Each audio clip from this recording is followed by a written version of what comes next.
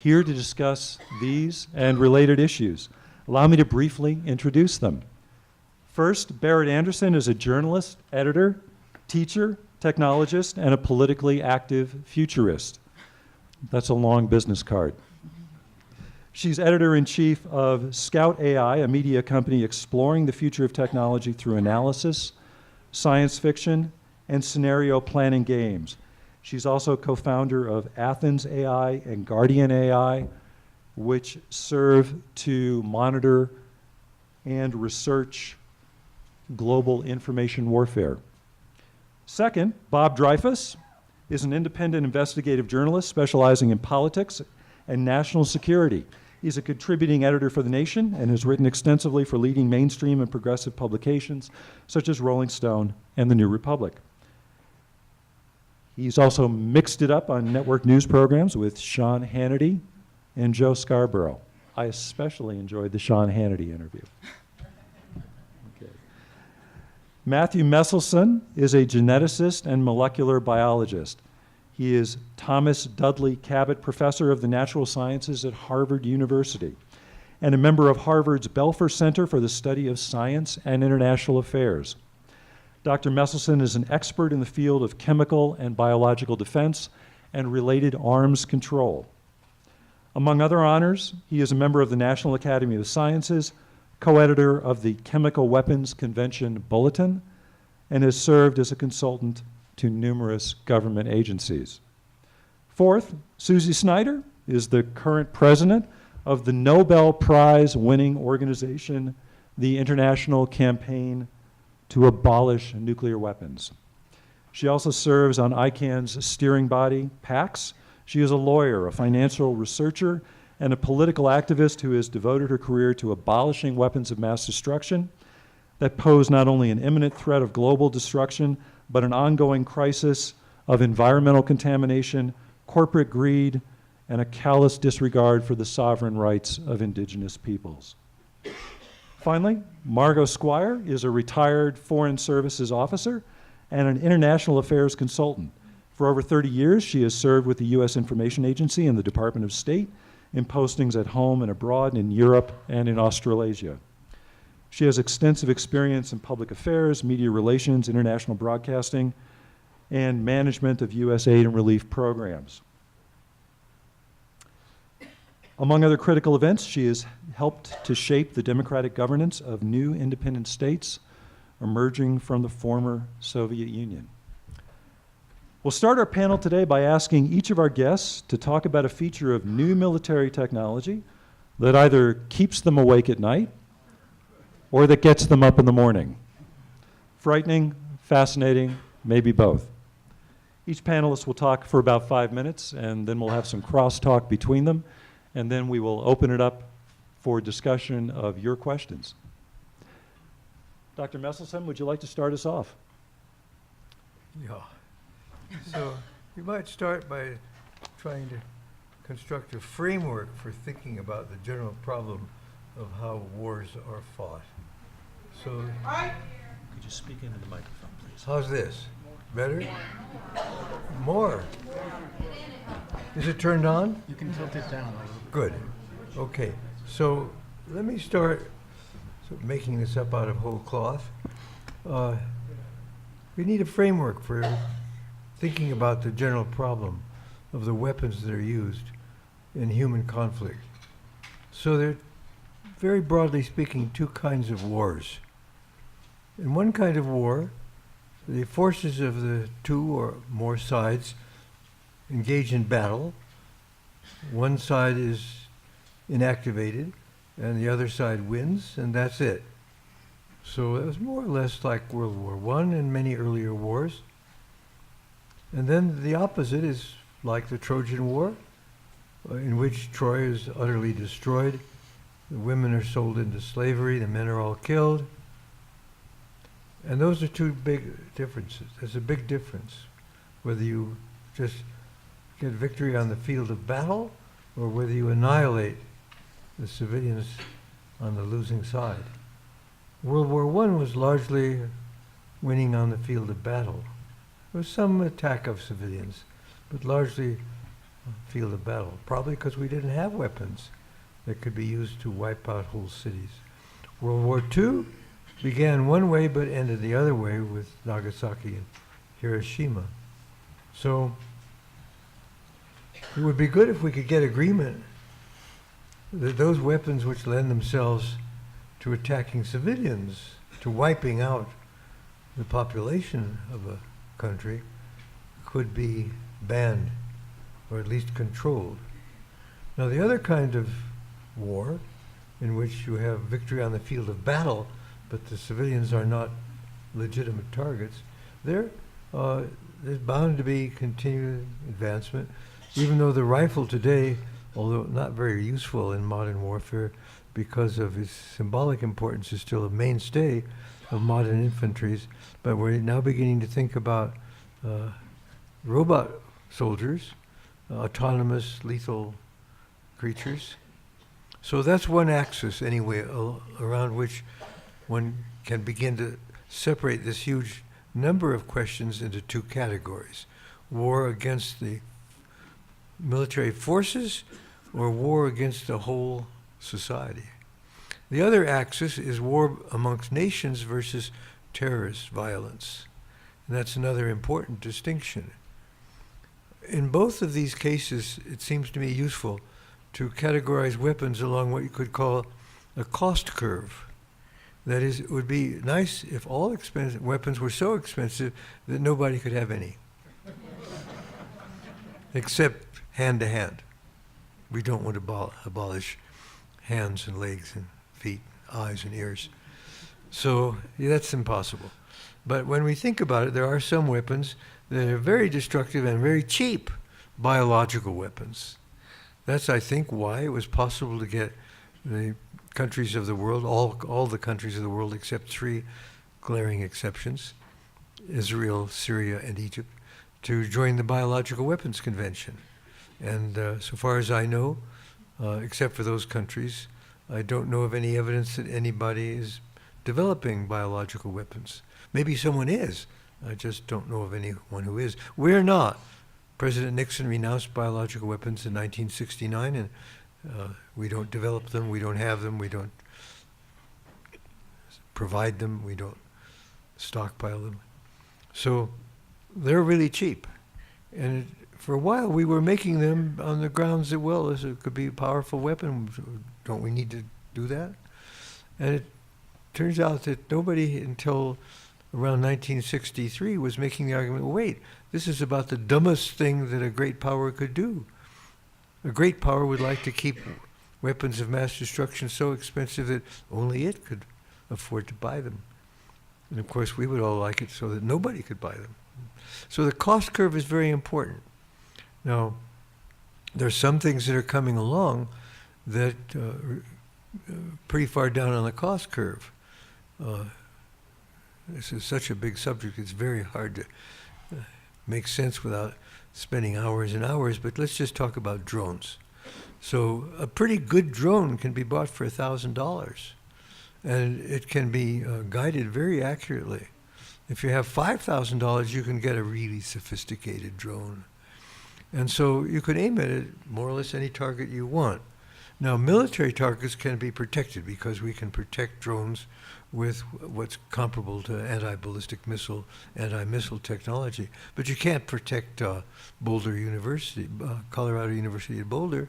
You can't protect everything. So that's really serious. I don't know how we're going to deal with that problem. Maybe somebody here does, or if we keep thinking, we'll know how to deal with it. But that's a big one. Also because an awful lot of people are going to learn how to deal with sophisticated drones and put high-power explosives on them.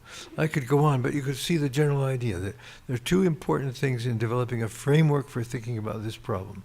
One is weapons against the civilians or weapons only for the field of battle, and the other is weapons of great destructive power that are cheap versus ones that are really expensive. Thank you very much.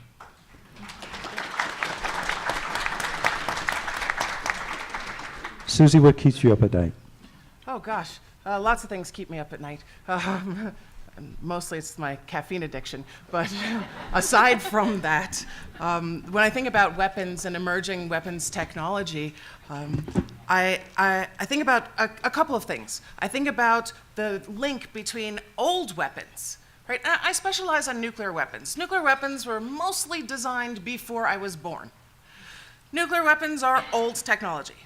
They're in this category of civilization-destroying technologies. They're city bombs. You kill a city with a nuke. And so they're old technology, and yeah, there have been some advancements, some changes, but now there's a new surge in making this old technology new again, and linking it particularly with new kind of computer capabilities, and opening 1970s 7.5-inch floppy disk technology to artificial intelligence, to autonomous delivery systems, so taking people out of the equation. This keeps me up at night because I know from declassified information, and only what's been declassified, there have been almost 2,000 incidents where nuclear weapons were used. 2,000. That's scary. That's really scary. And that is weapons that require humans to in sync, twist knobs, and push buttons. Now imagine automating that system.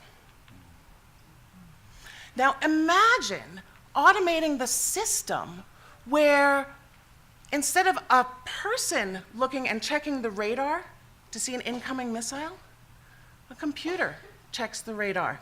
An algorithm says, oh no, this is definitely an incoming missile. We have to launch. The warning has been triggered. We're responsible for launching on warning. There's a great story and film about the man who saved the world in 1983, Stanislav Petrov, because he got the radar that said there's incoming weapons.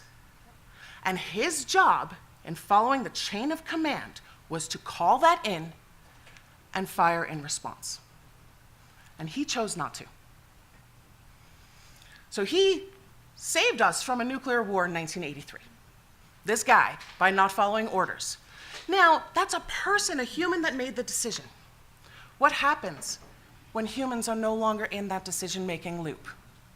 What happens when that incoming radar system is on the grid and can be spoofed? Somebody can send a false signal. How many people here have seen the movie War Games? Okay, I'm a fan of the 80s. There's a few of you, right?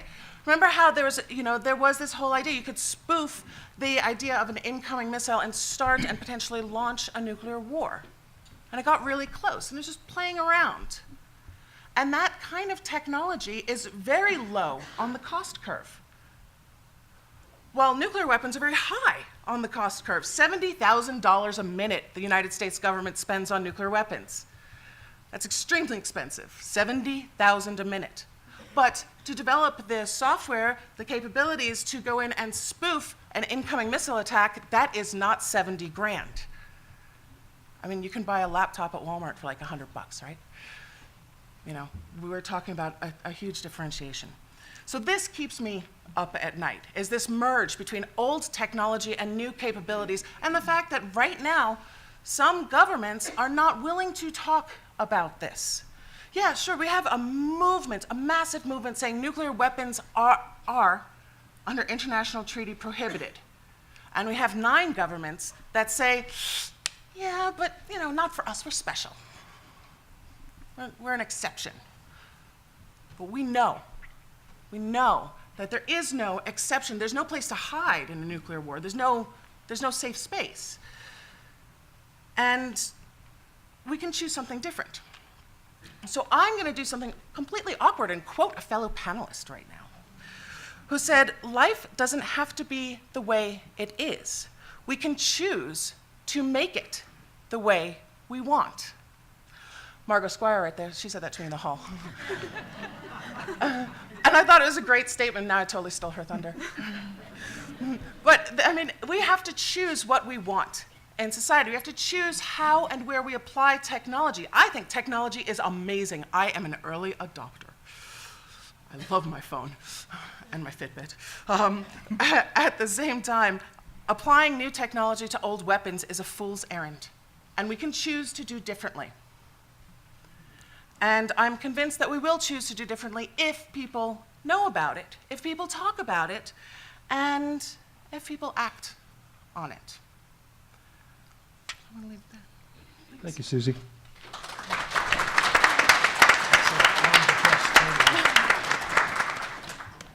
Bob? I just told Susie now I'm completely depressed. So I started my extensive research into warfare about 56 years ago, lying in a darkened bedroom in my house in Sayreville, New Jersey, home of John Bon Jovi, I should say. Not my house, but the town. And dropping the needle. Anybody know what a needle is? Young people? Dropping the needle on a song called Masters of War. And even though I'm a drummer and not a singer, I'm going to sing a couple verses to start off my thing tonight, because it's part of what really and truly set me on the course that I'm on today. For those who don't know the song, you can find it on YouTube, the whole thing. You've thrown the worst fear that can ever be hurled, fear to bring children into the world, for threatening my baby, unborn and unnamed. You ain't worth the blood that runs in your veins. And the last verse, and this is what shocked me as a 15-year-old back then, he sang, "And I hope that you die, and your death will come soon, and I'll follow your casket on a pale afternoon, and I'll watch as you're lowered down to your deathbed, and I'll stand o'er your grave till I'm sure that you're dead."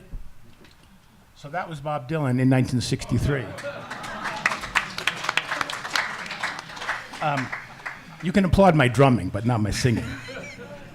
So, but I'm a reporter, I'm not a technical person. I don't know a lot about the technical aspects of warfare, and luckily I'm on a panel with 4 amazing people who do.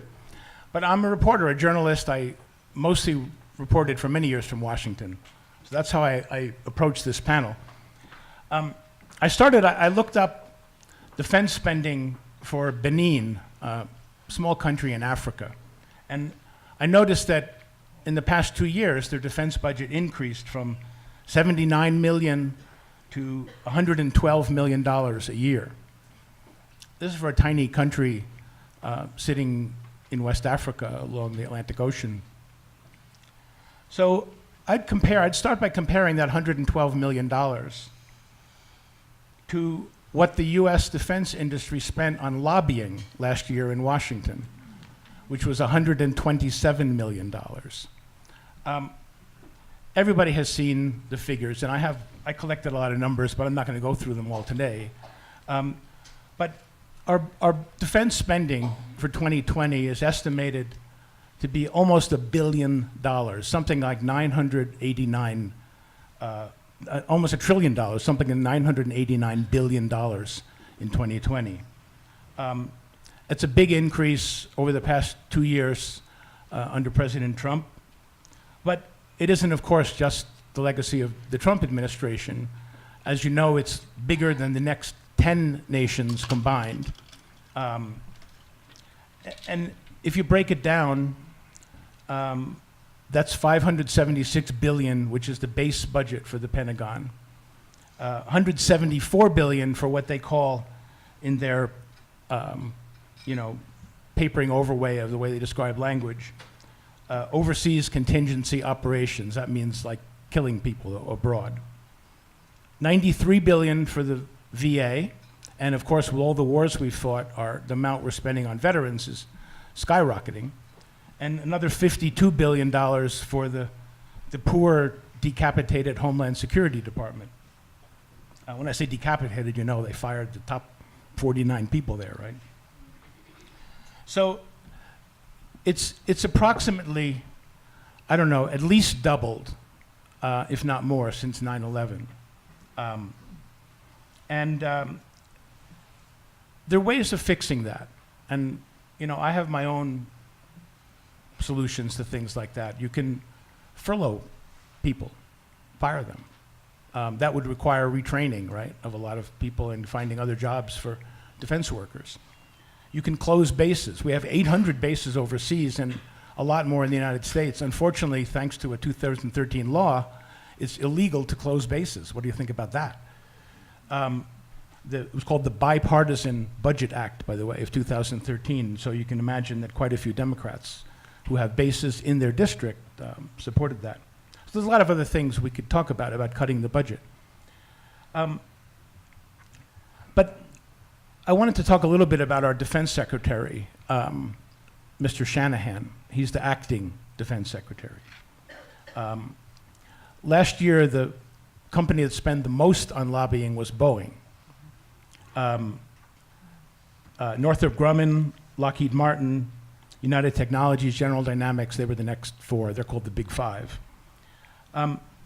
Boeing is the company that for 31 years, I think, employed Mr. Shanahan, our current defense secretary. So we've literally let the fox into the henhouse. He was part of Boeing, both in its civilian and its military components. Boeing has a thing called the Boeing Defense Space and Security Team, which is basically their war-making, that's their Masters of War division. It includes satellites, missiles, airplanes, bombers, UAVs, fighter jets, helicopters, a lot of helicopters. Remember Hughes helicopter, McDonnell Douglas, all that's now Boeing.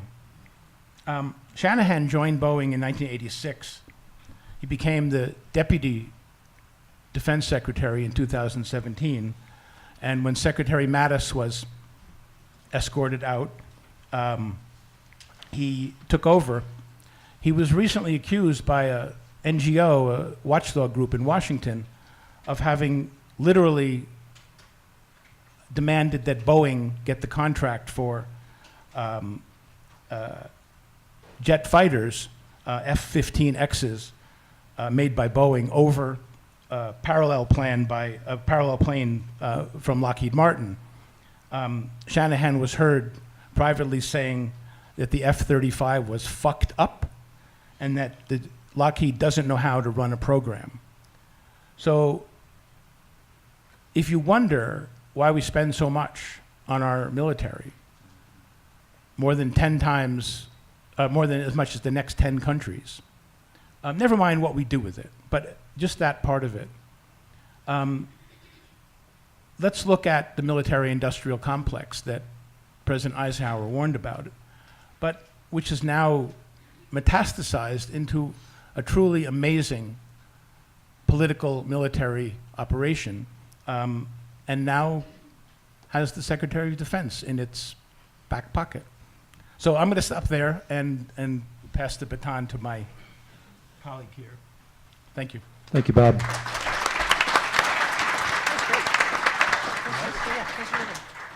Barrett? Well, Bob, I'm really glad to follow you for two reasons. One, I'm terrified of public singing, so I'm really glad that you did that for me. But two, I'm actually going to focus more on, you talked a lot about how much the United States spends on military spending. I'm going to focus on the really cheap angles and new angles of warfare.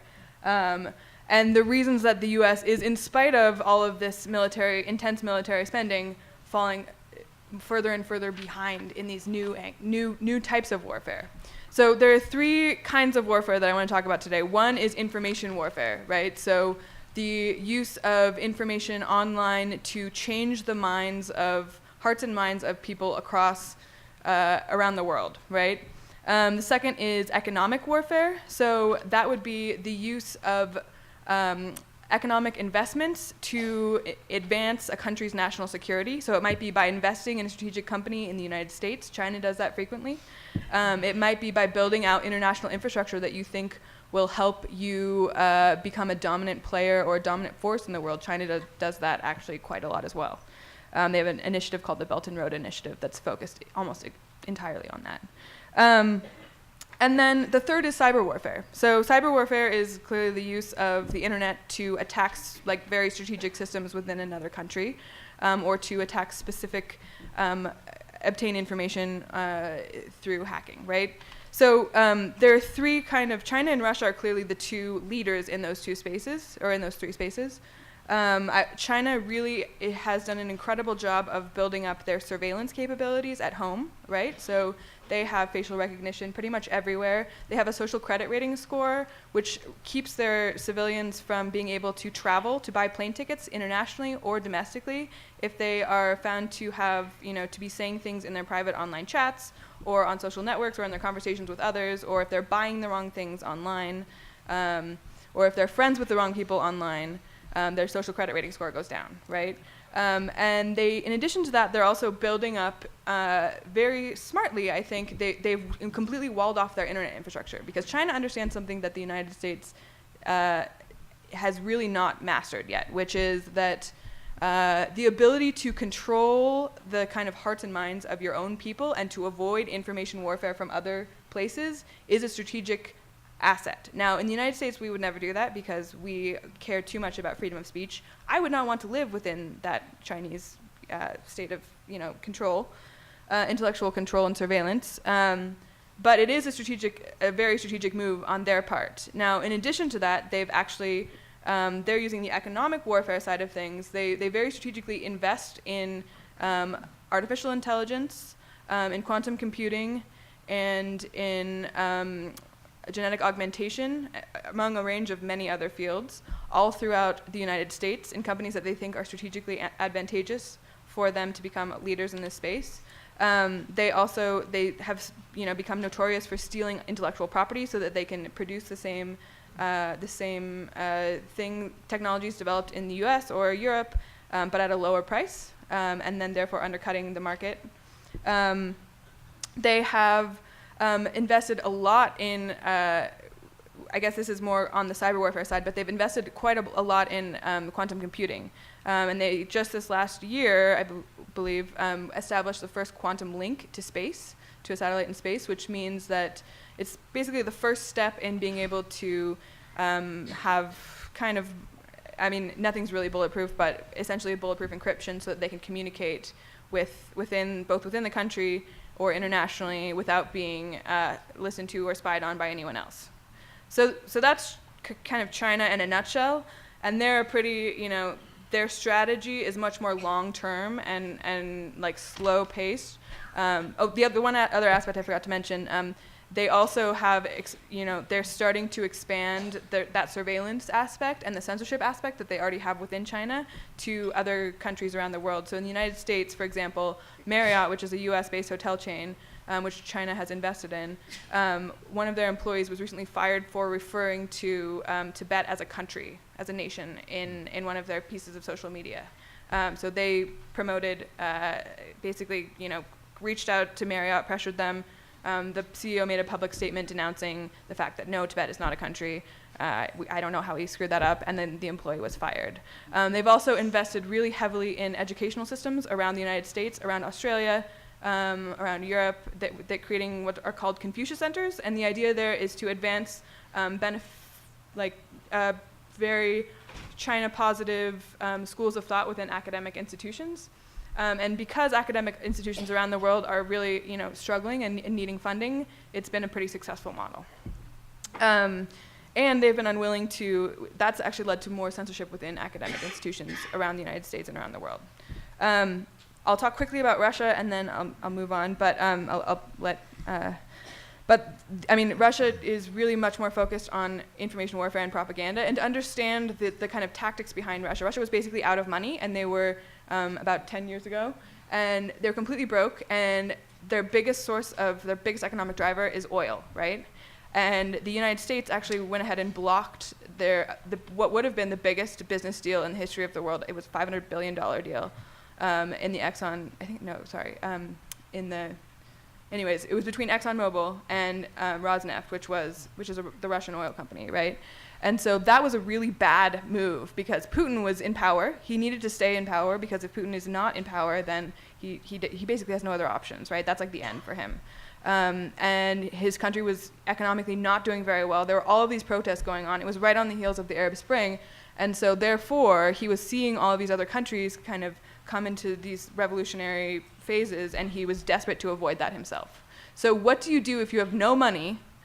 Your people all want, a large portion of the Russian people want democracy, and they're protesting in the streets, in the largest protest since the fall of the Soviet Union.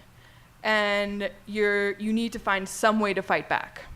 Well, what Putin did, because it's something that they've been practicing, Russia's very good at, the thing that they're excellent at, internationally speaking, is propaganda, right? And propaganda is pretty much free if you compare it to, for example, the military spending that Bob mentioned. It's not completely free, but it's significantly cheaper. And so basically what he did was he started deploying both information and cyber warfare throughout democracies, not just the United States, right? They were heavily involved in the US election, the last US election, but they've done the same thing also all across Europe. So Germany, I've spoken to leaders in France, Sweden has dealt with this, Greece has dealt with this, Italy has dealt with this, Brazil, has been involved in this. They were heavily involved in Brexit. And so the whole strategy, the big picture strategy there is divide the people of a specific democracy, make these democracies actually appear to be non-functional and really unappealing, and generally just try to throw everything into chaos. So I'll stop there.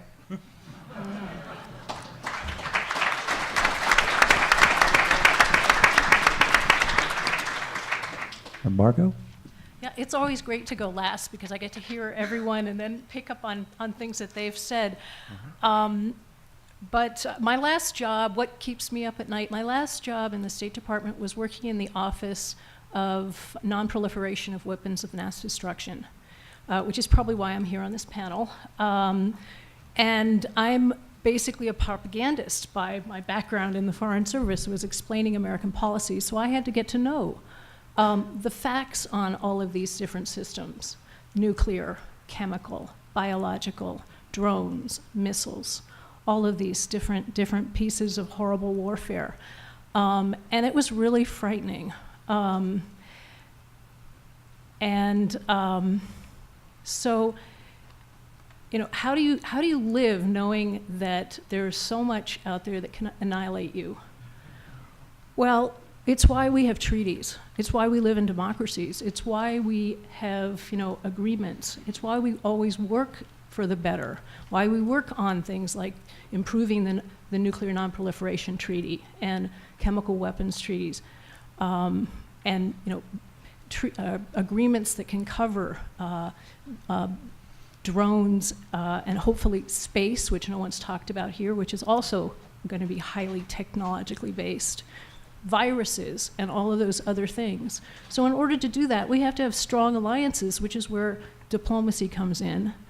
And the people that are most apt to build strong alliances are democracies and open societies.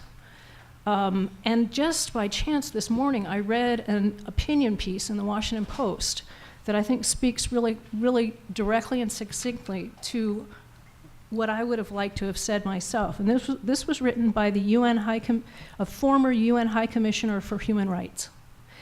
And he talked about what will decide if technology is a force for good or evil. Because technology, any of these systems, are not inherently evil in themselves. And he talks about the airplane. I mean, the Wright brothers, when they started that was not, that was a force, it was just a force out there. But then World War I turned it into a weapon system.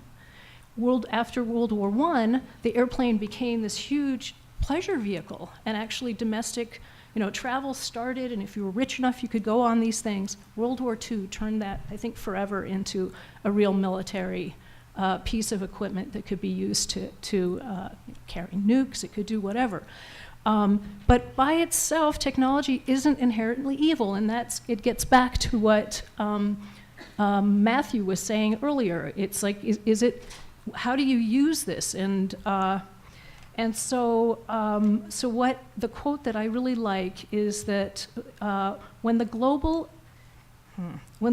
order is improving, peace and prosperity, liberal democracies expanding, human rights honored, technology will generally be kept for goodwill and good use. But if the situation is the opposite, liberal democracies are failing, human rights are being violated, countries are at war, technology becomes a partner of bad intentions. And so as I look around the world right now and I see, agreements that we're withdrawing from, the U.S. and Russia in the nuclear and the missile fields, and I see, our alliances kind of, on edge and edgy. I think that we have a fundamental decision to make, and whether we're going to, support these alliances and democracies, and we're going to stay democratic ourselves, and whether we will continue to build effective arms control regimes, or regimes that will, as Susie's trying to do, remove a whole category of awful weapons by themselves. So I'll leave you with that thought. Thank you very much, Margot. We have about 8 or 9 minutes for the panelists to talk amongst themselves if they've found common cause, common issues. Can I ask a question? Okay, this panel's been amazing, as per the usual. And I actually have a question to you, Barrett, because I was thinking, I like these thoughts about kind of new frames and new concepts of warfare, and warfare that relates to information, economics, and then cyber warfare. And I'm kind of coming out of this, this practice of humanitarian disarmament, right? So we're looking at actual technical weapons systems. Now, my question is, in this new framing of warfare, how do you look, and what are, in your eyes, and others, because I'm surrounded by brilliant people, where do you find ways to to put controls that actually protect people in this? Because when you're talking about, there's changing information, there's the hearts and minds battle, right? And then what we're seeing across societies, and the U.S. is a prime example, is that hearts and minds battle is leading to mass shootings, right? And then economics, that's a whole other thing that leads to a whole host of other problems. And then cyber, I think, is the easiest one to pinpoint. But I'm curious, what do you think about protection? And I don't want to say defense, but how do you shift this game back, or shift the game so that this is not the main thrust? Well, that's a very large question. I will speak to as much of it as I can. Honestly, I think the most important thing, and the reason that I'm here in Boulder this week, and the reason that I travel and speak about this internationally, is I've talked with a lot of international leaders about these things, and they don't get this yet, right? And so the biggest thing, I think, that needs to happen, first of all, is an understanding, broadly speaking, in the defense community, which is we're getting there, right? I was involved in a kind of a scenario planning workshop with the Army War College about information warfare 2 years ago, and so that was actually a pretty heartening experience. But largely speaking, whether you're talking to people that just are not, the leaders of democracies around the world are not quite there yet, and so a big part of how we get to what those solutions are is public awareness. So I talk to a lot of developers who are working on building the tools that created kind of the backbone for information warfare, because those companies have actually started to make some changes already that help to kind of stem those things, those tides. Facebook, for example, has put in place, I'm no fan of Facebook's reaction so far, but they have done some interesting things. I think they've dragged their feet way too much, and they've tried very hard to avoid any consequences. But they have put into place a system where if you are a user who is posting political ads or ads of any nature, that has to be publicly posted on your profile, right? So that's useful. That is an informational thing that they have changed. They have put into place a system where if you are, let's see, what was the other one? Oh, so any kind of political ads now have to say on them, just like you have to do on television, this ad was paid for by this group, right? There's still the ability to obscure.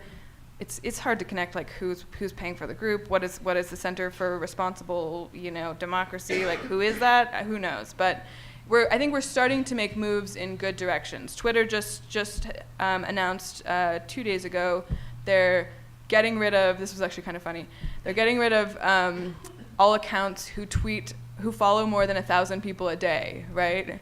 Which, I don't know if any of you have ever. Could you do that? That's the idea. Yeah. Being bots are the kinds Right. of people, Twitter accounts who follow those people every day. So, I think honestly, the biggest thing is public education. So we need to educate people across the United States. We need to work with the media community to educate them about how to report on these kinds of things, how to report on social media in a responsible way. We need to move away from reactive kind of he said, she said reporting, right? Anytime I see a headline that says like, X says blank, I just cringe, right? Because that, in this day and age, really basically means nothing, right? If I see another Trump says blah, blah, blah headline, I'm probably gonna throw up, but they come frequently and they make people really upset and they exacerbate this trend. And that is the goal, right? That is the overarching goal of these players, so. So I wanted to add just one thing, which is that behavior only changes when you feel like you have to make a change. So reinforcing what you were saying, when governments, when businesses, when they feel like the bottom line is hit, or the people are rising against this, or heaven forbid a tragedy happens, that's when mindsets change and people are forced to make a change. And I hope it's not going to take some kind of a tragedy, but people have to realize that, we want to have some kind of convention. We have to have something that will limit cyber attacks and cyber warfare, or to bring people to the table. I also wanted to move on to another area, if that's okay, and it kind of ties together what Susie and also Bob were saying. Because I listened, and maybe people out here might have heard, a few days ago I heard an interview with Ralph Nader. Did you hear this? Yeah, and it was because it was about the Boeing 737 MAX tragedy, because he has a grandniece that was killed in Ethiopia in the crash. And so they had an interview with him, and I don't know what people were expecting, but what he said that I thought was just amazingly articulate was that the Boeing 736 mishap should be a wake-up call for artificial intelligence.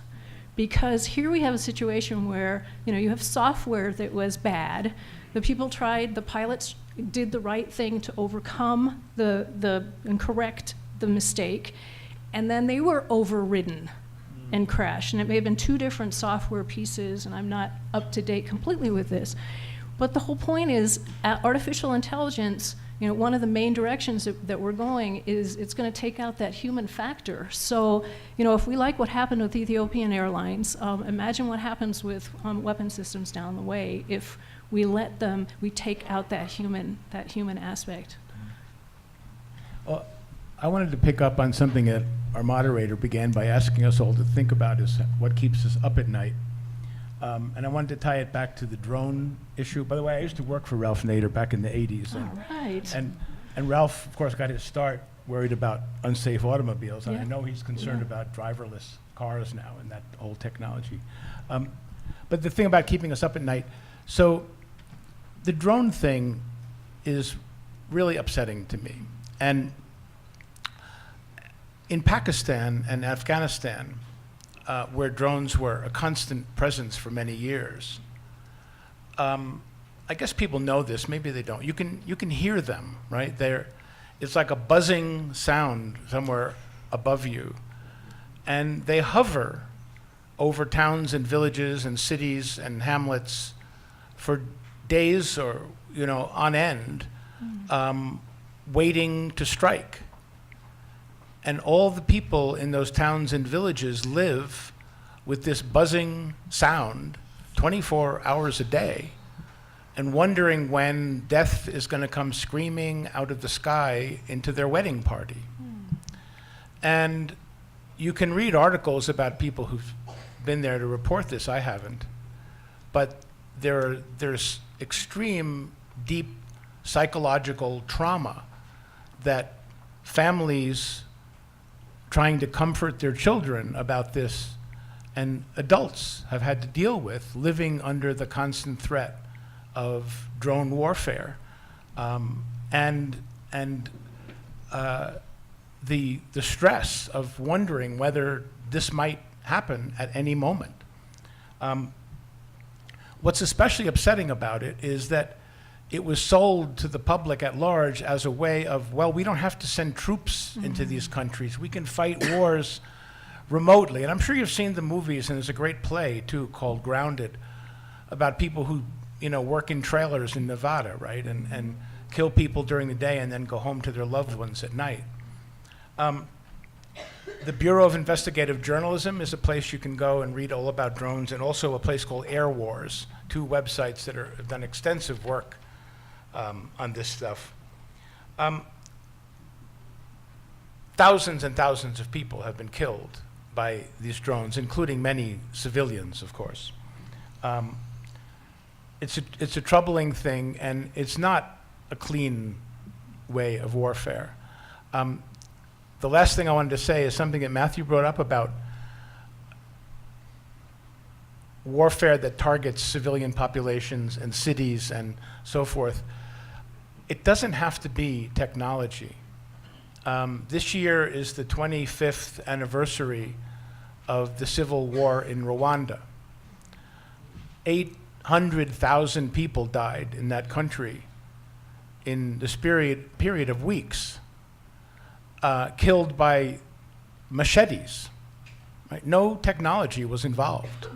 There were no drones, there was no artificial intelligence, there were no nuclear weapons used, and yet 800,000 people died. In Syria, 500,000 people have died since 2011 in a war in which barrel bombs, literally barrels pushed out of helicopters with TNT in them, were used to attack civilian communities. Of course, chemical weapons as well. But people were also hacked to death and killed in close combat there in a hand-to-hand basis. So warfare is ugly, and what we're seeing with new technology is really just a tribute to humanity's incredible intellectual effort of finding cheaper and more lethal ways, I guess, to kill people. And that is a great bridge to start working with the audience's questions. And before we begin, I'd like to remind you that you can send those questions to me through the app, or if you would like to write them on note cards, please raise your hand. We have folks who will come around and give you those. I can already tell you we have far too many questions to address, but I'll do the best I can. Bob, there's a cluster of there's a cluster of questions coming in from the audience that essentially amount to a devil's advocate position. In other words, Bob, you may have just made your opponent's argument. It is human beings who possess innate irrationality and violent tendencies. Is there a position to be made for the virtues of artificial intelligence which might eliminate destructive irrationality by executing programming? Is it possible that that programming may be virtuous instead of vicious? Who are the programmers is my first Yeah. question. What data are they using? Yeah. And to what end? Yeah. Wow. We all jumped on that one really fast. I love it. No, but the question is, look at what we've seen so far with artificial intelligence and how it's being trained, and how things like facial recognition software are really offensive to a significant portion of the world's population. Because the way it's being trained, and those who are training it aren't thinking about the different billions of different ways that we look as humanity. As a starting point, You know, when Google Photos put out its facial recognition software and said, you know, here, identify your friends, and your black friends showed up as not as people, like, that's a problem. So technology. Yeah, the algorithm identified them as gorillas, actually. Yeah. I didn't want to go there. I'm so It was disgusted. appalling. It is. Yeah. Yeah. And so who's doing the programming? Who's making the technology? And you know, technology is amazing. It's not infallible. It never has been. How many times has your device, whatever your preferred one is, not worked today? Come on. I had to reboot my phone 3 times yesterday to get an SMS. Come on, it happens. It's not infallible. So those are just a couple of bits, and then then of course there's hacking, because great, you can have technology that decides who's going to live or die, but I'm going to hack it, and now you're the target. Oops. Among other things. Ooh, I'm going to stop. Somebody else go. Anyone else? The potential virtues of artificial intelligence? Okay, if not, there's also a cluster of questions. I was going to tell Susie that I've come back from the future to save her son, who will grow up to defeat Skynet. Does that mean I get Linda Hamilton's arms? Because those are absolutely the best looking arms any woman has ever had in a movie. Come with me if you want to live.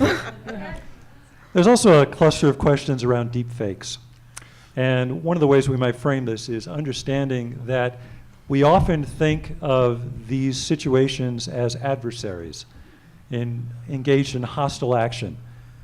We often don't appreciate the extent to which war is a cooperative enterprise in which people are exchanging information about their intentions and capabilities that are more like a dance than they are like a fight. In other words, they're attempting to contain, limit, control things that might otherwise spiral out of control.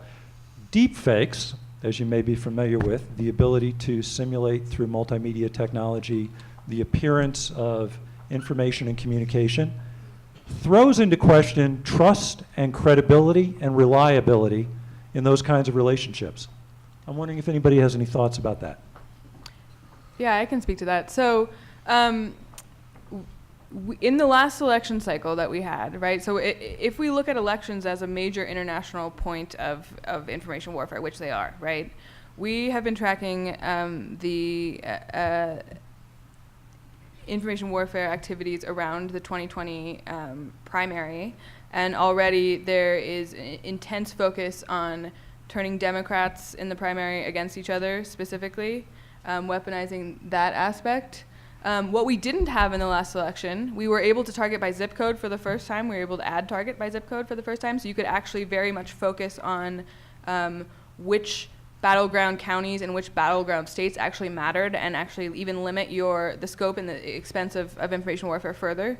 And then use what you learned online to actually inform your strategy on the ground, right? So you could actually do essentially kind of like informal A/B testing and polling to see which messages and which ideas were most popular in specific counties or specific towns, and to connect with the leaders in those places. And then, so anyways, that's not about deepfakes, but it is important because deepfakes were not widely accessible in the last election. And this upcoming election cycle in the United States is the first election cycle when deepfakes have become much more prevalent, right? We now have artificial intelligences that can spin up automatically deepfakes thousands and thousands at a time.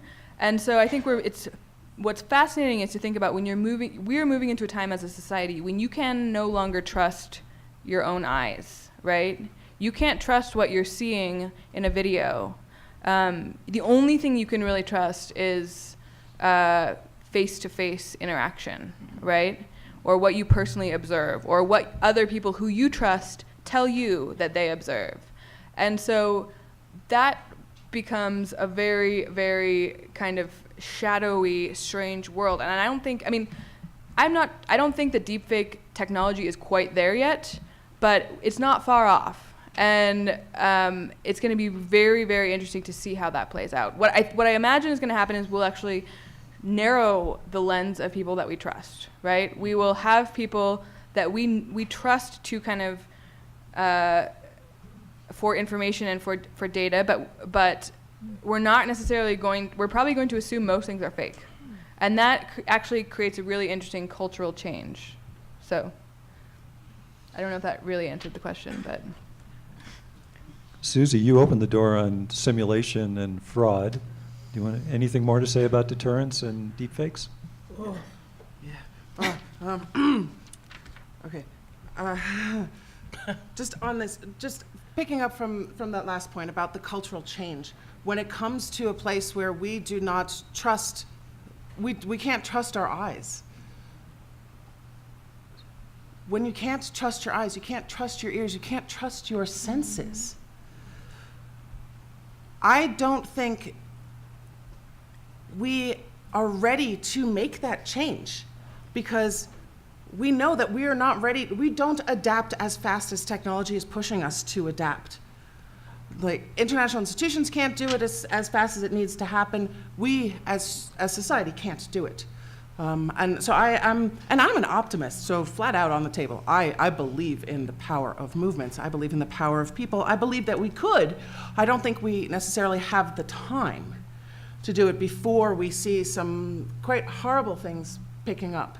And so cultural change takes hard work, and we only see significant changes. It doesn't happen much more than once a generation, really, and it has to speed up. So now I have a new thing to not sleep at night over. So thank you. Margot is a former government spokesperson. I'm wondering if you have any thoughts about how governments can maintain credibility and trust in an age of deepfakes. No, I have to think about it longer. I really don't. It's really hard because people don't trust government as it is. So, how about when your video and your eyes, your ears, everything tells you, what you thought all along. So yeah, we have to come up with ways to reverse that, to build trust. I'm not sure how to do that at this point. Okay. Although I want to say, I don't know if we want to build trust when it comes to warfare. I think we should be scared to death of warfare. And one of the things I know from reporting a lot about the war in Syria is that, you remember when Trump fired the missiles to that air base in Syria and told the Russians ahead of time that it was coming so that they could move their forces away from that base so that when the missiles hit, nothing really bad happened. Israel has been I don't know if you know this, but the Israelis have been carrying out intensive bombing raids in Syria for a long time, like more than a year, and attacking Iranian positions while they're telling the Russians and the Syrians we're going to coordinate with you about what we can do so we can just hit the Iranian positions. And all of these things can get out of hand. I mean, somebody can double cross you, or they can deliberately leave their people there so it causes an incident. World War I began, right, on a dumb assassination. I know a lot about the Persian Gulf and the problems with Iran. We could have a war with Iran very quickly over 9 different triggers. And we don't want better communication. We want to be scared to death that this could happen, so we resort to diplomacy, Diplomacy.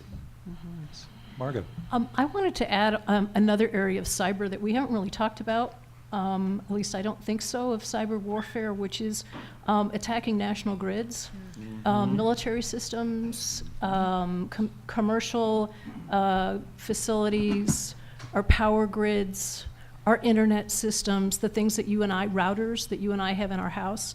I mean, all of this has been done, and the Mueller team indicted a number of Russian military intelligence agents for doing this, getting into our grids, looking around, having the capability to maybe bring them down, which they've already done in other parts of the world, including in the Ukraine twice. On the eve on Christmas Eve in 2015, 230,000 people were without electricity. So think about that in the middle of the winter. So as we're thinking about our elections, we should be thinking about our grids and other things just as much, even maybe more. There's a cluster of questions that group around themes of hope and change. Well, before we get to hope, I want to say, well, I guess this is a little bit of a hopeful thing. So Estonia has actually been one of the biggest targets of cyber warfare. And they have actually, I think, also been one of the best at dealing with it, which is why I think that they're a really hopeful example. So Estonia has created an entire blockchain-based identification system for their people, and that allows you to basically confirm that someone is who they say they are, and protect the transmission of data throughout this architecture and the system. And then also make sure that there's always, one of the benefits of blockchain is that there's a record on every essentially node of the infrastructure. So what that means is that if someone gets in and deletes one part of information, right, which is what they did in Atlanta, they deleted a ton of data on city computers, which kind of screwed them over, right? But the idea behind blockchain is that if you have the data is held on every node. So it makes it much harder to get in and destroy information in a way that, I mean, you could still, and it's a lot harder to hack it also. You need to have at least 51% control, right? So in the context of Estonian citizens, it's very unlikely that Russia would be able to spin up at least 51% fake blockchain nodes in that context. And that, I think, is a really interesting possible angle moving forward. It's something I think the US should definitely think about doing or be doing already. There's some really interesting work going on in that. Lithuania has the same thing. They've also been under constant attack, information attack, and cyber attack. So yeah, that's one I would say really hopeful, and especially on the solutions angle. It's one way to protect countries and infrastructure. Thank you. So one of the themes that's been consistent across the panelists' comments is that institutions that might either be working for the purposes of peace and justice are either inept, or they are intransigent, or they are unwilling or unable to hear alternative voices. So you wouldn't be doing this work if at some level you didn't have some hope. And so if you could direct 200 or 250 people to a particular vulnerability in the system that might be responsive to public will and public opinion to change national security policy around the development of military technology, what would your advice be? Right, your congressman. The defense authorization and budget process is happening right now in Washington this month and next month and so on. Tell them to cut the budget. We don't need $989 billion, whatever the heck it is. And it could be cut by a third. I mean, we're not talking about little minor adjustments.